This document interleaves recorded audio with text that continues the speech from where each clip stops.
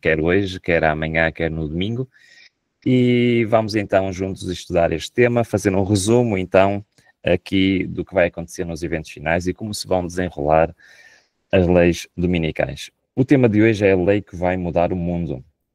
Então nós, como adventistas, desde há mais de 150 anos atrás, olhamos para o capítulo 13 como um capítulo central na escatologia adventista, um capítulo central naquilo que é o desenrolar dos eventos finais. E Apocalipse 13 fala-nos de dois poderes, não é? De dois animais que o livro do Apocalipse nos retrata como sendo duas bestas. Bestas é uma palavra antiga para um animal selvagem, especialmente. Então, no Apocalipse 13, versículo 1, diz o seguinte: E fiquei em pé sobre a areia do mar e vi subir do mar uma besta. Ora, temos aqui este animal, que sai do mar, e depois no versículo 11 temos outro animal que sai da terra, e vi subir da terra outra besta.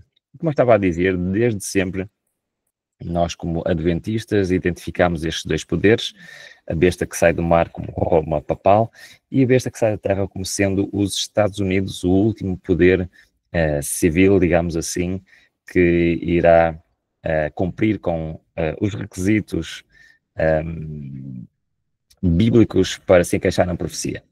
Ora, então, uma das principais contribuições que os adventistas deram para o movimento cristão foi a doutrina do santuário celestial e também a escatologia do sábado. O que é que isto quer dizer? O sábado já existia dentro do mundo cristão, desde sempre existiu, foi na altura da reforma protestante trazida novamente para o cristianismo através dos anabatistas e mais tarde dos batistas sétimo dia, e depois chegou aos adventistas sétimo dia através de José Bates. E a grande contribuição que José Bates teve para a teologia adventista foi o olhar para a profecia e ver a importância que o sábado iria ter nos eventos finais. E isto vê-se em Apocalipse 7, onde a Bíblia realmente nos mostra, não vamos estudar profundamente esta parte, mas nos mostra que quando algo acontecer relacionado com o selo do Deus vivo, então os eventos finais se irão desenrolar. É basicamente o que nos está aqui a dizer os primeiros 3 versículos de Apocalipse 7. Então o foco é o selo do Deus, o selo do Deus vivo. E nós, como adventistas, reconhecemos o selo do Deus vivo como estando precisamente no 4º mandamento de Êxodo 20, onde nos fala precisamente do sábado. E porquê é que o selo de Deus vivo está neste versículo? Porque nos fala daquilo que é, ou digamos de outra maneira, de quem é o soberano que tem o tal selo. Porque o selo não era nada mais, nada menos. O selo era um anel que identificava a quem pertence, identificava o seu título, o seu território. Todos os reis antigos tinham um selo semelhante. Por isso é que o faraó do Egito entregou a José um selo para ele poder legislar, poder emitir leis. Por isso é que realmente temos várias vezes vários personagens e exemplos bíblicos em que o selo é dado para poderem fazer leis, como aconteceu, por exemplo, no livro de Esther também.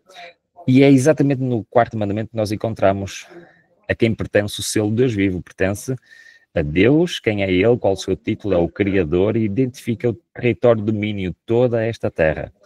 Então, nós entendemos realmente que o sábado é o selo de Deus vivo. E porquê é que eu fiz esta pequena introdução sobre o sábado sendo o selo de Deus vivo? É que em Apocalipse 13, no versículo 16, nós temos um outro selo, um outro sinal, uma outra marca, que é a marca que os poderes de Apocalipse 13 vão instituir. E diz o seguinte: a todos, pequenos e grandes, ricos e pobres, livres e escravos, faz com que recebam uma marca na sua mão direita ou na fronte. Muitas vezes os adventistas são acusados de inventarem a questão das leis dominicais. Mas aqui nós podemos ver claramente, neste versículo, que esta marca tem a ver com a lei de Deus. Porquê? Porque reparem, onde é que esta marca vai ser colocada? Vai ser colocada na mão ou na fronte, ok? E isto é uma referência direta à lei de Deus, porque em Deuteronômio capítulo 6, e como sabem os irmãos, a lei de Deus, os 10 mandamentos, está em 2 locais na Bíblia, quer em Êxodo capítulo 20, quer em Deuteronômio capítulo 5. E em Deuteronômio capítulo 5, quando termina a descrição dos 10 mandamentos, logo no início do versículo 6 diz: estes, pois, são os mandamentos, os estatutos e os preceitos que o Senhor teu Deus mandou ensinar. E depois diz: ensina os 10 mandamentos, ensina a lei de Deus a quem? Aos teus filhos, falarás dela sentada em tua casa, andando pelo caminho, ao deitar-te e ao levantar-te. Agora reparem, a lei de Deus tem que ser colocada onde? Por sinal na tua mão e serão por frontais entre os olhos. Então, esta linguagem que nós acabamos de ver em Apocalipse 13, de ter um sinal ou uma marca na mão ou na fronte, é exatamente a mesma linguagem que a Bíblia usa para se referir aos 10 mandamentos, que tem que estar como sinal na mão e no frontal entre os olhos, ou seja, na nossa testa. Por que a Bíblia fala isso? Por que a Bíblia diz que a lei tem que estar na mão e na testa? É muito simples. Nós temos não só de entender, de aceitar a lei de Deus, ou seja, tem que estar na nossa mente, mas também tem que estar onde? Tem que estar na nossa mão, ou seja, temos que praticar. Não basta nós conhecermos a verdade sobre a lei de Deus, nós temos que a praticar. E se vocês repararem, existe aqui uma pequenina diferença. É que em Apocalipse 13 diz que a marca da besta tem que estar na mão ou na fronte. Enquanto a lei de Deus tem que estar na mão e na fronte. Então o que é que nós temos? O que é que nós aprendemos até aqui? Que o selo de Deus vivo, que é o sábado, tem que estar na mão e na fronte. E a marca da besta, que é em oposição ao sábado de Deus vivo, tem que estar na mão direita ou na fronte. E com certeza os irmãos conhecem a diferença entre I e ou. Ou seja, eu para estar do lado do selo de Deus vivo, eu não só tenho que acreditar e aceitar que a lei de Deus é verdadeira, eu também tenho que a pôr em prática na minha vida. Mas do outro lado, mesmo que eu saiba que a lei de Deus está correta, mesmo que eu tenha a certeza absoluta que o sábado e que a lei de Deus é para cumprir, mas se eu não praticar, eu imediatamente estou do lado da marca da besta. Então esta é a diferença entre o I e o OU. Mas ao mesmo tempo nós vemos que pela linguagem simbólica da mão e da fronte, que o sinal da besta é exatamente, digamos assim, a oposição ao selo do Deus vivo. Ou seja, vão ser leis que se vão opor à lei de Deus. E o foco principal será o quarto mandamento, o sábado. Ora, nós já estivemos a ver quais são os poderes, portanto, Roma Papal, Estados Unidos. Qual é então este dia que se vai opor ao sábado? É muito simples, vamos à fonte ver diretamente. Então, fontes oficiais da Igreja de Roma diz o seguinte: o domingo é a nossa marca de autoridade. A Igreja está acima da Bíblia e a transferência da prática do descanso sabático é prova desse facto. É claro que a Igreja Católica afirma que a modificação foi ato seu, uma marca de poder eclesiástico e autoridade em questões religiosas. Ou seja, a grande contribuição do José Bates para a escatologia, para a interpretação profética dentro do adventismo e no protestantismo em geral, é exatamente esta: a importância que o sábado vai ter nos eventos finais. E o sábado vai ser, então, a Bíblia apresenta em Apocalipse 7 como o selo de Deus vivo, e Apocalipse 13 apresenta a marca da besta como sendo o domingo. E o sábado tem que estar na mão ou na fronte, ou seja, temos que compreender, aceitar e pôr em prática. Do outro lado, basta uma delas. Se nós não fizermos as duas coisas, estamos automaticamente do lado da marca da besta. Muito bem. Então, mas pode surgir uma pergunta que é: como é que nós temos a certeza absoluta que Roma e os Estados Unidos serão os poderes apresentados em Apocalipse 13? Então é muito simples. Então nós vamos estudar uma outra profecia que se encontra em Apocalipse 17. E com esta profecia nós vamos entender claramente que não pode ser mais nenhum poder. Tem que ser exatamente Roma e os Estados Unidos. Então vamos ler em Apocalipse 17, versículo 9 a 11, diz-nos o seguinte. Aqui o sentido que tem sabedoria. As 7 cabeças são 7 montes sobre os quais a mulher está assentada. E são também 7 reis. 5 já caíram e um já é. O outro não é vindo. E quando vier, convém que dure um pouco de tempo. E a besta que era, e já não é ela também o 8º, e é dos 7, e vai à perdição. Ora, esta é uma profecia em Apocalipse 17, que nos últimos anos tem gerado bastante controvérsia do que é que realmente significa. Mas queria-vos dizer que é muito simples nós entendermos o que é que significa esta profecia. Porquê? Porque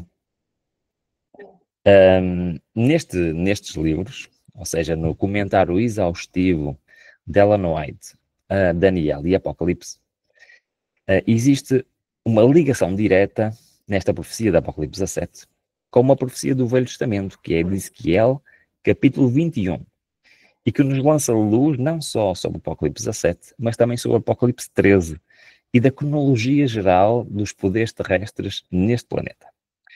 Ora, esta profecia encontra-se em Ezequiel 21 e diz o seguinte: Assim diz o Senhor, tira o diadema e remove a coroa. Esta não será a mesma.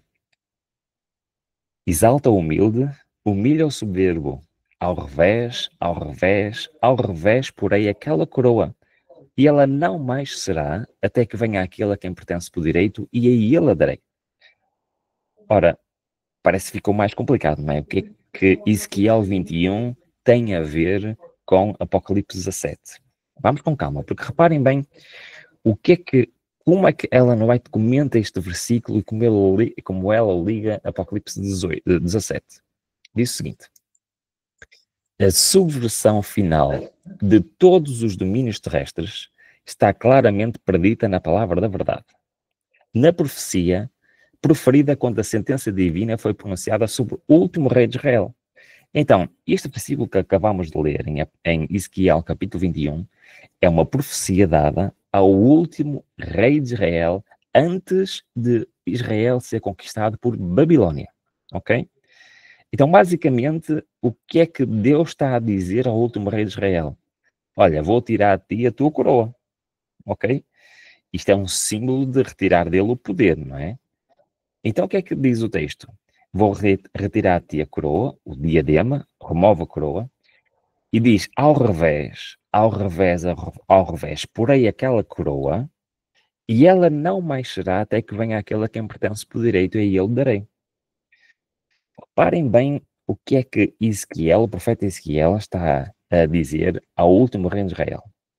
Está a dizer que Deus iria retirar a coroa de poder ao último rei de Israel, iria entregar ao revés, ou seja, ia dar essa coroa a quem não deveria de a ter, a quem não pertenceria essa coroa, e ela estaria ao revés até que chegue aquele a quem tem direito a ela, ou seja, até Cristo voltar.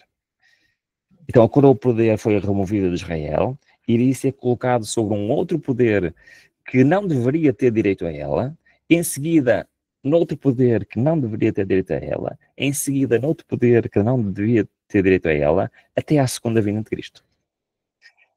Então, basicamente, o que a profecia de Ezequiel 21 nos está a dizer é que se aproximava o fim do reinado de Israel e iria ser substituído por outro reinado. Nós sabemos que foi Babilônia que substituiu.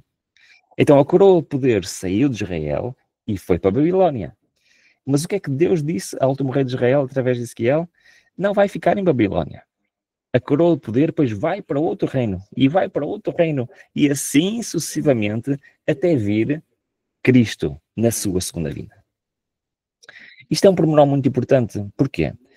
Porque Deus está a dizer pelo profeta Ezequiel que vai haver uma linha contínua de poderes terrestres desde a queda de Israel até à segunda vinda de Cristo.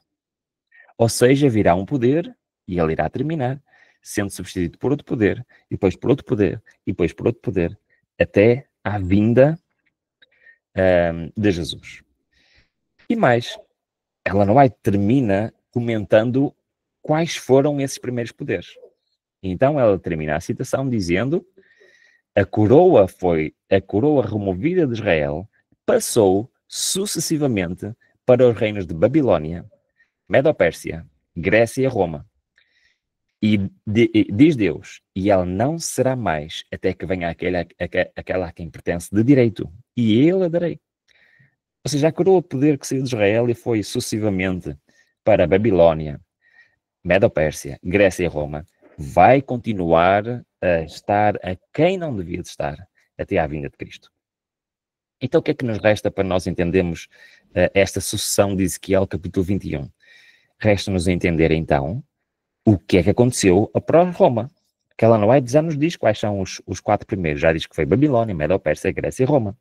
Então, qual foi o poder que substituiu Roma? Foi precisamente no ano 538, foi Roma papal, que veio substituir o poder de Roma. E aqui, pela primeira vez, nós temos uma diferença, que não foi um reino que conquistou o anterior, mas sim foi um reino que perdeu o seu poder, se dividiu, e o seu lugar de poder foi substituído por Roma papal. Ora, quem é que deferiu a ferida mortal neste poder que se encontra em Apocalipse, e precisamente em 1798? Foi o Império Francês. O Império Francês, por Napoleão, pelo seu general Berthier, ele prendeu o Papa em 1798, e desde então, nunca mais Roma papal teve o mesmo poder que tinha no passado. Ora, muito bem, então vemos que a profecia de Ezequiel 21 está-se a cumprir. Cai um reino, se levanta outro exatamente para ocupar o seu domínio. Mas se nós olharmos hoje para o mundo, nós não temos a França como um domínio de poder terrestre. O que é que aconteceu? Vamos ver. Nós se olharmos para o mapa de toda a América do Norte, continente norte-americano, que hoje é constituído por 2 países, ou seja, pelos Estados Unidos e o Canadá, nós se olharmos para o mapa, nós vemos que do lado direito nós temos a colónia inglesa, ok? A cor de rosa. A azul nós temos o Império Ultramarino Francês, e embaixo, do lado esquerdo, a amarelo, temos um pouco do Império Espanhol, que estava principalmente na parte centro-americana e também um pouco na América do Sul.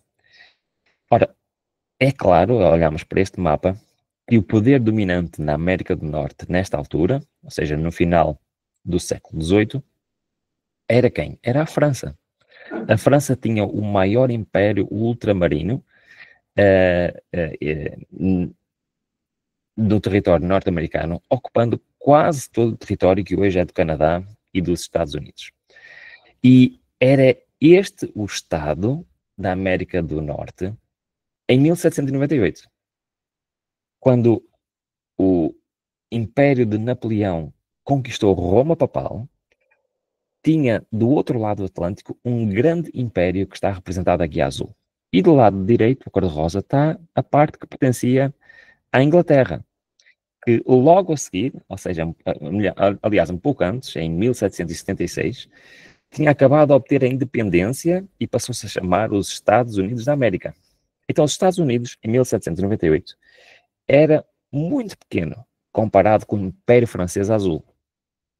Mas o que é que estava a acontecer nesta altura, em 1798, e no início dos anos 1800, a primeira década de 1800? Toda a Europa estava em guerra. Napoleão estava a tentar conquistar toda a Europa.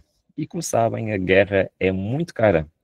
E simultaneamente, os Estados Unidos, aquela pequena facção ali em laranja, estava a tentar ganhar um pouco de território à França ultramarina. Aquele território está em azul. Então, manter uma guerra na Europa e no continente americano simultaneamente estava a ser difícil para a França. Então, os Estados Unidos reuniram-se com Napoleão e fizeram uma proposta. Como eles sabiam que Napoleão estava a precisar urgentemente de dinheiro para financiar a sua guerra na Europa, eles fizeram uma proposta. Eles propuseram comprar grande parte do território francês ultramarino. E Napoleão pensou, bom, é impossível manter guerra nos dois continentes, então se calhar até é uma boa oportunidade para mim, talvez seja uma boa oportunidade para mim, e ele aceitou. Então, em 1803, está aqui a fotografia do tratado que foi assinado entre os Estados Unidos e a República Francesa. Temos aqui um quadro que nos ilustra o retirar da bandeira da França e o hastear a bandeira dos Estados Unidos. Ou seja, os Estados Unidos compraram o Império Ultramarino Francês precisamente em 1803. E até hoje mantém-se como o grande poder terrestre neste planeta. Ora, nós olhando para esta sequência, nós vemos realmente que quer Roma Papal, quer os Estados Unidos, fazem parte desta sequência. Está ali. Portanto, o primeiro foi Babilónia, o segundo Medo-Pérsia, o terceiro a Grécia, o quarto Roma, o quinto Roma Papal, o sexto a França e o sétimo os Estados Unidos. Ou seja, a coroa, como dizia Ezequiel 21, que foi removida de Israel, passou sucessivamente, e assim será até à segunda vinda de Cristo. Então, como é que nós podemos ter a certeza que não haverá ainda um outro reino a seguir aos Estados Unidos? É por isso que nos serve Apocalipse 17. Porque Apocalipse 17 nos fala, então, de uma prostituta, de uma falsa igreja, que vem em oposição a uma igreja verdadeira que se encontra em Apocalipse 12. Mas nós nos focamos no animal que ela está sentada, nós vemos que este animal, reparem, Apocalipse 17, 7 diz, o anjo me disse, porque te admiras? E eu te direi o mistério da mulher e da besta. Portanto, o anjo estava a explicar a João não só quem era a mulher, mas também quem era a besta, que atrás, a qual tem 7 cabeças e 10 chifres. Então, quantas cabeças tem um animal? Tem 7. E exatamente temos esta descrição em Apocalipse 13. A besta tinha 7 cabeças e 10 chifres. Ou seja, Apocalipse 13 e Apocalipse 17 estão a falar de um animal com 7 cabeças e 10 chifres. E diz-nos logo quem é uma dessas cabeças. Olha, reparem. E vi uma das suas cabeças como ferida de morte, e a sua chaga mortal foi curada, e toda a terra se maravilhou após a besta. Então, o animal da Apocalipse 17, que tem 7 cabeças, uma delas é Roma Papal. Nós vemos isso claramente. A Bíblia já nos diz qual é um deles. Agora, nós temos que olhar para ver se descobrimos quem são os outros 7 animais. E porquê é que foi importante o nosso estudo de Ezequiel 21, onde vimos 7 poderes. Vamos ver? Diz o seguinte, vamos prestar atenção. Vamos prestar atenção especialmente aos tempos verbais, ok? Diz o seguinte, a besta que viste foi e já não é. Ou seja, isto é uma referência clara a Roma Papal, que levou uma ferida mortal, e reparem que ao dar esta expressão em versículo 8, estamos a falar no passado. A besta que viste foi e já não é. Então, quando João está em Apocalipse 17, olhando para aquela prostituta, olhando para aquela besta, o anjo está a dizer, atenção, que a besta de Roma Papal já foi ferida mortal. Ou seja, quando ele está a olhar para esta besta, é depois de 1798. Depois continua. E há de subir do abismo, irá à perdição. E os que habitam na terra, cujos nomes não estão escritos no livro da vida, desde a fundação do mundo. E se admirarão, vendo a besta que era e já não é, que ainda é. Ou seja, esta besta foi dada a ferida mortal em 1798. Ao contrário das outras, ela vai regressar. Então João está a olhar, e já é depois de 1798. Qual é o poder que veio após 1798? É a França. Então nós já sabemos que temos a Roma Papal e temos a França como sendo uma das cabeças. Mas depois o texto continua no versículo 9. Reparem o que é que diz. As 7 cabeças são também 7 reis. 5 já caíram e um já é. Ora, se 5 já caíram, nós já sabemos quais são os 5. Porquê?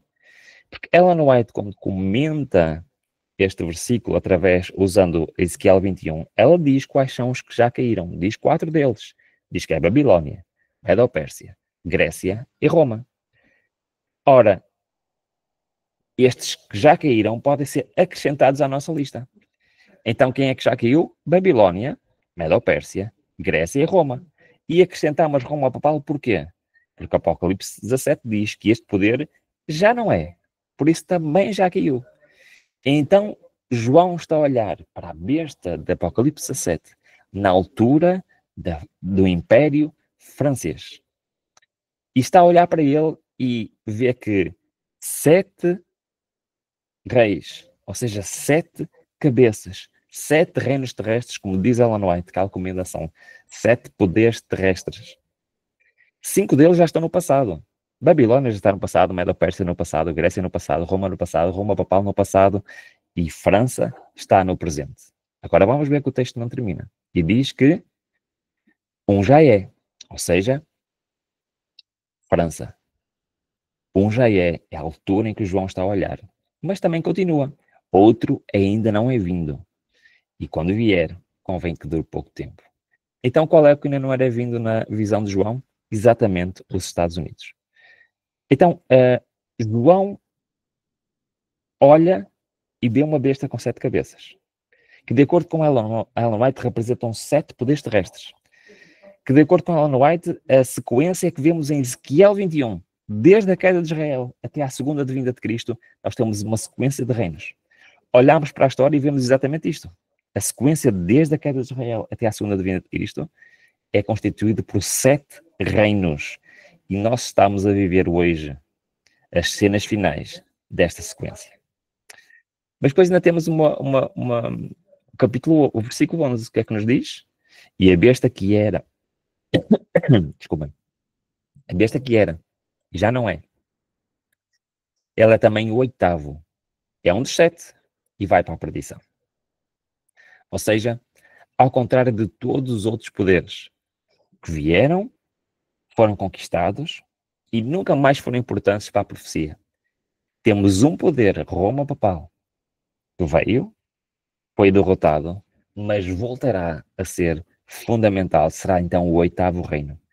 E é por isso que nós temos esta sequência, como sendo a sequência de Ezequiel 21 e como sendo a sequência de Apocalipse 17. Então, sendo 7 reinos e o 8º Roma papal, não temos espaço para mais nenhum poder terrestre na história deste planeta. E é por isso que quando olhamos para o Apocalipse 13, vemos claramente os últimos 2 poderes. Quais são? Roma papal e os Estados Unidos da América. E com isto nós completamos todas as bestas que existem em profecia. Reparem, em Daniel fala de 4 bestas. Fala do leão, fala do urso, do leopardo e do animal terrível. E desde sempre nós interpretamos como sendo Babilônia, Medo-Pérsia, Grécia e Roma. Depois temos Apocalipse, que nos fala de 3 bestas. A besta que sai do mar, a besta que sai do abismo e a besta que sai da terra. E claro que não é o estudo de hoje, a besta que sai do abismo, da Apocalipse 11, que Ellen White claramente nos menciona como sendo a França, mas temos aqui representado todas as bestas de Daniel e Apocalipse, nesta sequência de 7 reinos que está em Apocalipse, capítulo 17. E nós fizemos este estudo porquê? Para termos a certeza absoluta que os reinos que estão em Apocalipse 13, dos eventos finais, são Roma papal e são os Estados Unidos. Não virá mais nenhum reino. Estamos a viver na fase final dos eventos finais. Agora, só tenho 5 minutos, vou tentar terminar, que agora vem a parte mais importante. Agora, o que é que diz que estes poderes vão fazer? No capítulo 13 e 14 diz o seguinte: e faz grandes sinais, de maneira que até fogo faz descer do céu à terra, à vista dos homens, e engana os que habitam na terra, com sinais que lhes foi permitido que fizesse em presença da besta, dizendo aos que habitam na terra que fizessem uma imagem à besta que recebera a ferida da espada e vivia. Ora, a Bíblia é muito clara. No tempo do fim, as pessoas vão ser enganadas. E para haver um engano, tem que haver argumentos para enganar as pessoas. Ou seja, estas leis do Apocalipse 13 vão ser implementadas à base do engano. Então, qual é o engano? Eu acho muito interessante esta fotografia. Ela já foi tirada há uns anos, foi em 2017, quando o Trump foi pela primeira vez presidente nos Estados Unidos. Então, o Papa, na altura, o falecido Papa Francisco, foi ter com o presidente Trump e entregou-lhe um documento. Estão a ver ali na mão, na fotografia. Isto é uma notícia do Washington Post, de 24 de maio de 2017, e ele entrega este documento, e está ali uma fotografia de documento chamado Laudato Si. Isto foi uma fotografia muito interessante, porque Roma, não importa quem é o personagem, não importa quem é que está a ser presidente dos Estados Unidos ou quem é o Papa de Roma, não interessa quem é ele, porque interessa a instituição que eles representam. E a instituição de Roma foi entregar à instituição dos Estados Unidos, às duas bestas da Apocalipse 17, um documento. E é muito interessante este documento, sabem porquê? Porque este documento apresenta argumentos muito interessantes. Diz o seguinte: destaca dois problemas neste planeta. Diz que existem dois problemas. Primeiro, estamos a destruir o ambiente, ok? Estamos a fazer danos ecológicos ao planeta. Aquele documento fala muito sobre a destruição do meio ambiente. E também fala dizendo que existe uma degradação moral. Ou seja, que o planeta se baldou à ética, à bondade, à fé, à honestidade, e vivemos um problema moral. Ou seja, a mudança climática naquele documento e o problema da moralidade são apresentados como pecados, são apresentados como os grandes problemas deste planeta hoje em dia.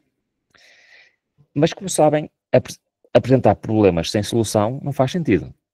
Então, logo a seguir vem a solução. E diz o seguinte, reparem bem, eu vou ler o que é que está naquele documento.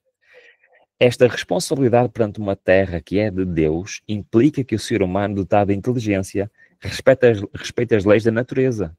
Nessa linha, o descanso do sétimo dia, ok? Está aqui uma referência direta ao quarto mandamento. Não é proposto só para o ser humano, mas para descansem o teu boi e o teu jumento. Assim nos damos conta de que a Bíblia não dá lugar a um antropocentrismo despótico que se desinteressa das outras escrituras. Ou seja, este documento está a dizer que a Bíblia ensina que o descanso ao sábado não é só para o homem, mas também para a natureza. Agora reparem a ponte que eles fazem. Esta tradição bíblica estabelece claramente que esta reabilitação implica a redescoberta e o respeito dos ritmos inscritos na natureza pela mão do Criador. Isto está patente, por exemplo, na lei do Shabat. No sétimo dia, Deus descansou de todas as suas obras. Deus ordenou a Israel que cada sétimo dia deveria ser celebrado como um dia de descanso, um Shabat. Ora, isto é muito estranho, não é? Nós temos um documento produzido em Roma, ser entregue ao presidente dos Estados Unidos, dizendo que a solução para os problemas deste mundo, a solução para os problemas climáticos e a solução para a moralidade neste planeta, que é o descanso do Shabat, do sábado. É exatamente o que está escrito naquele documento. Mas depois termina, repara, a dizer que a participação na Eucaristia é especialmente importante em que dia? Ao domingo. E este dia, à semelhança do sábado judaico, é-nos oferecido como dia de cura das relações do ser humano com Deus, consigo mesmo, com os outros e com o mundo. Ou seja, a solução para os grandes problemas deste mundo, a solução para o clima e a solução para a moralidade é voltarmos a ter um dia de descanso semanal obrigatório. À semelhança do sábado judaico, este dia seria então o domingo, o dia da Eucaristia. O repouso é um ampliar do olhar que permite voltar a reconhecer os direitos dos outros. Assim, o dia de descanso, cujo centro é a Eucaristia, ou seja, o domingo, difunde a sua luz sobre a semana inteira e encoraja-nos a assumir o cuidado da natureza e dos pobres. Então, quais são os dois argumentos que estavam naquele documento? É o argumento moral e um argumento científico. Ou seja, a moralidade deste mundo está em declínio e o mundo, diz a ciência, vai para um precipício. Isto é muito interessante, sabem porquê? Nós somos muito privilegiados. Este é um dos meus livros preferidos, O Grande Conflito. Sabem que este livro cita Apocalipse 17, falando de leis dominicais, falando da importância do sábado e o domingo vão ter nos eventos finais, mas este livro já diz quais seriam os argumentos usados para a implementação da primeira lei dominical. Ora, reparem, leiam comigo. Estamos quase a terminar. Esta mesma classe apresenta a alegação de que a corrupção que rapidamente se alastra é atribuível, grande parte, à profanação do descanso dominical e que a imposição da observância do domínio melhoraria grandemente o quê? A moral da sociedade. É interessante, há 150 anos atrás, Deus disse à sua serva, olha, um dos argumentos que vai ser usado para a implementação da primeira lei dominical é o quê? A falta de moralidade na sociedade. E que melhoraria muito a moral da sociedade se impuséssemos um descanso dominical. Isto é incrível, porquê? Porque é exatamente um dos argumentos que está no documento entregue por Roma aos Estados Unidos. Mas o grande conflito não fica por aqui. Apresenta um segundo argumento, reparem bem.